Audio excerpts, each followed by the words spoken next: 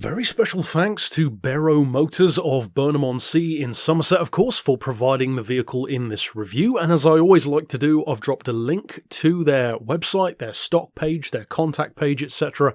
All of that good stuff that you can find right below this video in the description. So if you'd like to check out this vehicle or their other stock or get in contact with them, then of course you can find all of those details right down below.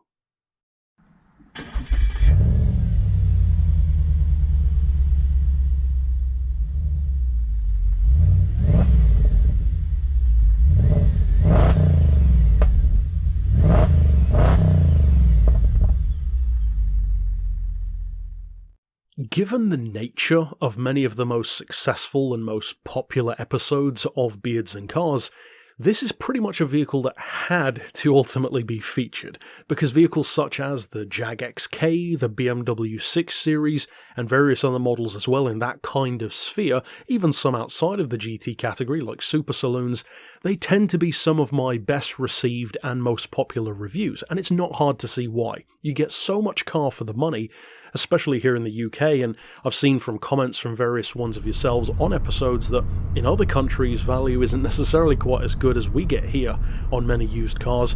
This is a prime vehicle to add to that group. Now, the S5 is actually a car which I considered buying myself in a similar kind of time period to the Jag XK. Now, I never considered it as seriously because overall I'm not so much of an Audi guy. I don't know what it is, it's just something about that kind of styling that isn't really 100% me. It's kind of similar to how I feel about Range Rovers. I absolutely loved the SVR last year, but it's still not necessarily something I would actually buy. In the case of this S5 though, I can honestly say that of all the Audis that I've reviewed, including some iconic ones like the RS6, the RS4 Avant, and even the R8 V10 Spider, I honestly like this one more. And one of the reasons why I like it more is, simply put, it has more personality.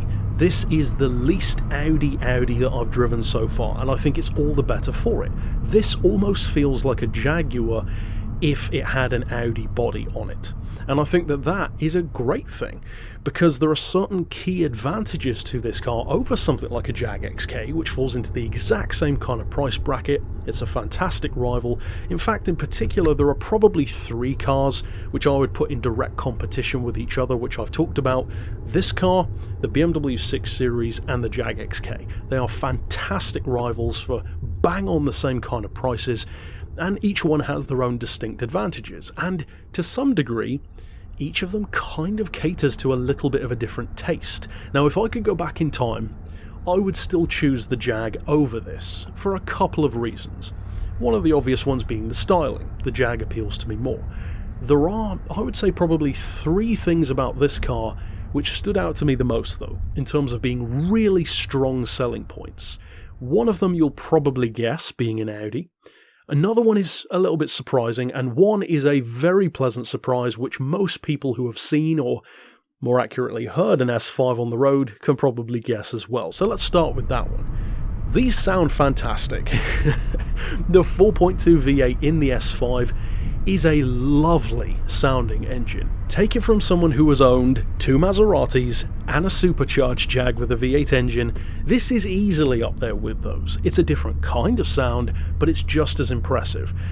Now, the other thing which surprised me very pleasantly is something which I'm going to include an image of, and that is actually the space. The rear seat space in particular, and this is an advantage which it kind of shares with, speaking of Maserati, the Gran Turismo. The Gran Turismo has really good rear seats for a GT, especially compared to my own Jag, which basically doesn't have rear seats. It's kind of the Porsche 911 problem in that regard. This has, as you can see from the image, which I'll have doubtless included in the video, really decently sized rear space. The legroom is enough for at least shorter journeys, if not longer ones, and they actually look like proper seats. It looks like you can actually fit real human beings who have actual working legs in the back of this car. That's great. It means from a practicality perspective, you can definitely use this every day. Now, of course, the third thing is the Quattro system. All-wheel drive is something which I rave about on the channel, and it has plenty of naysayers. I know tons of people don't like all-wheel drive. much in the same way to those who don't like automatics. Any of you who follow my channel know that I love two things. I love automatics and I love all-wheel drive cars. Now, automatics, I've gone into a whole video of why I prefer those, but with all-wheel drive, that's more of a preference thing. It's a driving style choice. And yes, I chose the rear-wheel drive Jag, but in the case of this one, all-wheel drive, simply put, means that even though with 350 horsepower compared to, for example, my Jag's 420, this could easily still keep up with the Jag in real-world conditions, especially on twisty back roads, such as the ones that I'm driving on here. 0 to 60 is quoted at about 5.4 seconds. It is German though, so you should expect it to be a little bit quicker than that, and that is bang on right up there with the Jag. Technically a little bit slower, but again, for the power deficit, not much of a difference. It's also speed limited to 155, surprise surprise, and interestingly, there are some very notable changes between this two-door coupe, the hardtop version, and both the Sportback and, more applicably, the convertible. You would think that the convertible would, for obvious reasons, just be the same car with the ragtop. It really isn't. It has a totally different engine. Now, at least in this part of the UK, the southwest, such as where this car is based, I can't even tell you the last time I saw an S4 convertible. They are almost always the hardtop, at least of this era. And it's not hard to see why. It's the most pure driver's car of them all. That naturally aspirated V8 sounds amazing, as I said. The performance is so accessible. And it's not just the power. 350 horsepower is decent, but it has 325 pound-feet of torque as well. That's a really nice spread, especially for a naturally aspirated engine. The weight is not that high either, even though it has all-wheel drive. And speaking to the automatic versus manual debate, much like my car of the year 2021, the Volkswagen Golf R32, this also comes with the pleasing everyone options of both a manual and an auto. And once again, there's a difference between the coupe and the open top. The coupe comes with a 6-speed manual or a 6-speed auto with paddles. That's of course the one I'm using here. The open top comes with a 7-speed auto, and as I alluded to earlier on, a totally different engine. That one has a 3-litre supercharged 6-cylinder with about 330 horsepower. So very, very different car, which is an interesting choice to make it that much different to this vehicle. Now, one of the reasons why I think this car greatly benefits from having that Quattro system is, especially in the UK, if you once again compare it to something like the aforementioned Jag XK or the BMW 6 Series, be it, let's say, even the diesel versions that I talked about, which are tremendous GT cars despite running on diesel, which again is a controversial thing in its own right, but trust me, they are remarkably good cars. Well, this is the only one of those three which in UK form even has all-wheel drive. The Jag, of course, never does in any market. The BMW does in the foreign market, but not here in the UK as far as I can recall. And of course the Audi has it as standard. It's literally in the name. The difference is that, simply put, yes, it makes it easier for you. Yes, it's less tail-happy, which would for some people make it less fun, and it is more forgiving, which some people don't like.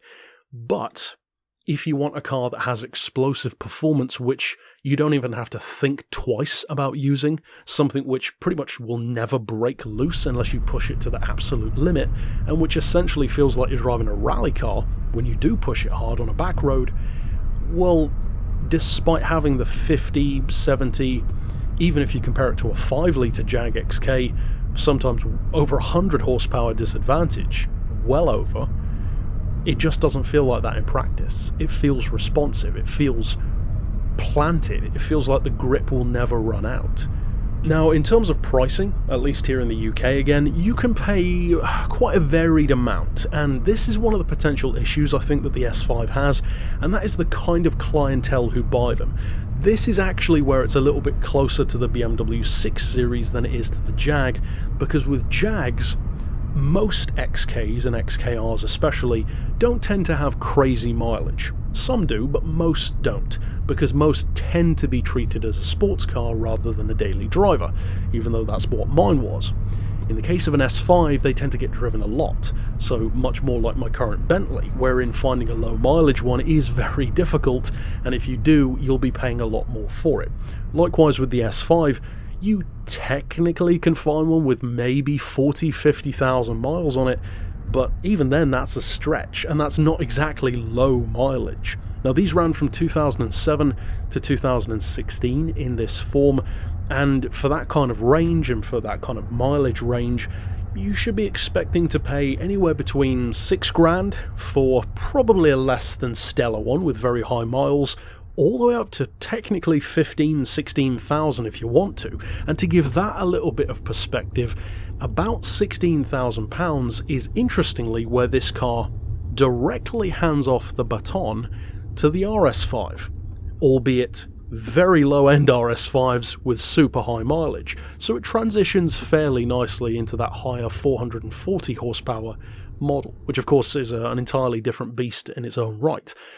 When it comes to this one, I would actually say that in summary, before we get into the potential issues which these can sometimes have and which you need to look out for when buying one, I would say that the way I would sum up the S5's driving style and experience is to say that, as I've kind of alluded to, it's the least Audi-esque easily of any Audi that I've driven. It has so much more charisma in particular.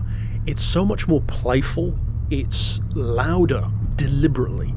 It's more muscular in its approach. It just has more of that beefy bruiser mentality, and in that sense it actually is a fantastic little rival to something like the Jag XK. This does have more of a muscle car kind of feel to it than I would have expected, and I think it's actually all the better for it.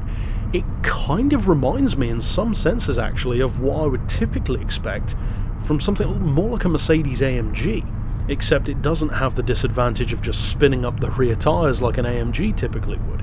I would say that this car is a really nice middle ground. It's not so crazy and so fast and so powerful that it's too expensive to buy a second-hand one, but at the same time, it's not boring. It's not a waste of time to purchase one, and it's not the kind of car that ever feels like it's going to be left behind by the competition.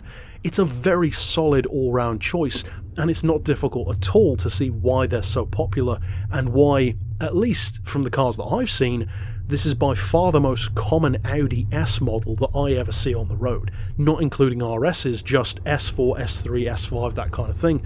I see by far more S5s than anything else. The downside to that is that because so many people own them, and as I kind of referenced earlier on in the video, it's a different kind of clientele, you do need to take care that you buy a car that has been taken care of and wasn't purchased just by someone who wants to rag it everywhere. With that, of course, being the main downside, really, of accessible performance. If everyone who drives the car feels like they're a race driver, well, chances are they're probably going to abuse it and treat it as such, rather than being a little bit more cautious, such as you might be in something like an Aston or a Jag. Now, speaking to those potential issues, from what I could find online, and again, as I always like to say, if you are or were an owner of an S5, please feel free to drop your stories down below. It can certainly benefit other potential owners who might be looking up this video. The four most common things which I could find to look out for were, first of all, by far the most common, carbon buildup from the fuel injection, the FSI system. That seems by far and away the most common thing reported by owners, so check out receipts for that if it needs to be done, if it has been done already, how regularly, etc. The second thing is more so on the manual cars. Some of the early ones tend to have clutch issues, it would seem. Of course, not so much on the autos. And then the third thing is headlamp modules can sometimes have some issues. Again, you know, Volkswagen Group, Audi, Porsche, all that kind of thing. Not surprising to have some electrical issues here and there. In my own experience, that rings true even from non-Audis in that kind of sphere. And the final thing seems to be some control arm and bushing wear and tear, which needs to be swapped out. By far the number one to look out for, though, does seem to be that carbon buildup. Overall, though, the S5 is definitely a fantastic addition to the pool of cars which I've talked about in this kind of price and performance category. It can easily and should worry many of the other cars that I've talked about, definitely including the Jags, the Beamers, etc., because it is at least as good as them in many ways and has some of the key advantages, I would say, that I mentioned in this video. It's a good all-rounder, not a perfect car by any stretch, and it is definitely above all else a car that you will want to make sure has been treated well and taken care of. Doesn't mean you can't use it and use its performance, but don't necessarily buy it from a boy racer if at all possible. Ultimately, that's it for my thoughts. Of course, stick around on the channel for more, and if you want to check out my reviews for stuff like the 6 Series and the Gran Turismo and various others that I mentioned, of course the Jag, then you can find all of those here in the playlist on the screen as well. But until next time, I'll see you then, and for now, as always, thanks for watching.